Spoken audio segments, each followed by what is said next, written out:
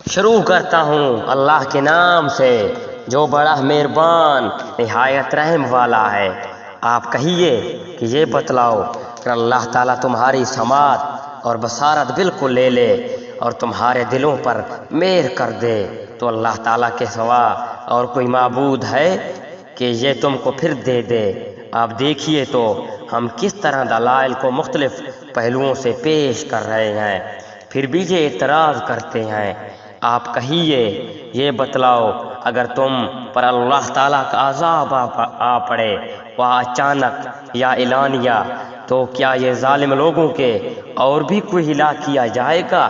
اور ہم پیغمبروں کو صرف اس واسطے بھیجا کرتے ہیں کہ وہ بشارت دیں اور ڈرائیں، پھر جو ایمان لے آئیں اور درستی کر لیں سو ان لوگوں پر کوئی اندیشہ نہیں اور نہ وہ مغموم ہوں گے۔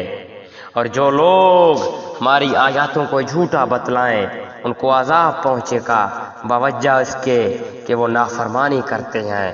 آپ کہہ دیجئے کہ نہ تو میں تم سے یہ کہتا ہوں کہ میرے پاس اللہ کے خزانے ہیں اور نہ میں غیب جانتا ہوں، اور نہ میں تم سے یہ کہتا ہوں کہ میں فرشتہ ہوں۔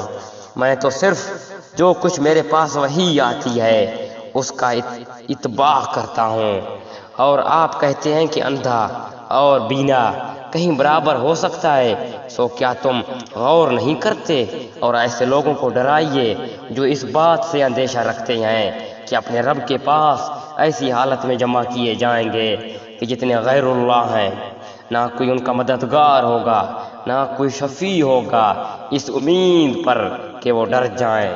اور ان لوگوں کو نہ نکالیے جو صبح و شام اپنے پروردگار کی عبادت کرتے ہیں، خاص اس کی رضامندی کا قصد رکھتے ہیں۔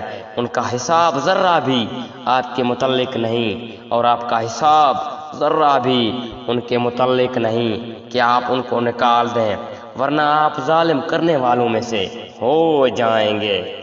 اور اسی طرح ہم نے بعض کو بعض کے ذریعے سے آزمائش میں ڈال رکھا ہے تاکہ یہ لوگ کہا کریں کیا یہ لوگ ہیں کہ ہم سب میں سے ان پر اللہ تعالیٰ نے فضل کیا؟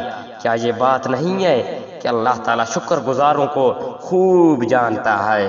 یہ لوگ جب آپ کے پاس آئیں جو ہماری آیاتوں پر ایمان رکھتے ہیں تو کہہ دیجئے تم پر سلامتی ہے، تمہارے رب نے مہربانی فرما دی، اپنے ذمے مقرر کر لیا ہے۔ جو شخص تم میں سے برا کام کر بیٹھے جہالت سے پھر وہ اس کے بعد توبہ کر لے اور اصلاح کرے تو اللہ بڑی مغفرت والا ہے، بڑی رحمت والا ہے۔ اسی طرح ہم آیات کی تفصیل کرتے رہتے ہیں تاکہ مجمعین کا طریقہ ظاہر ہو جائے۔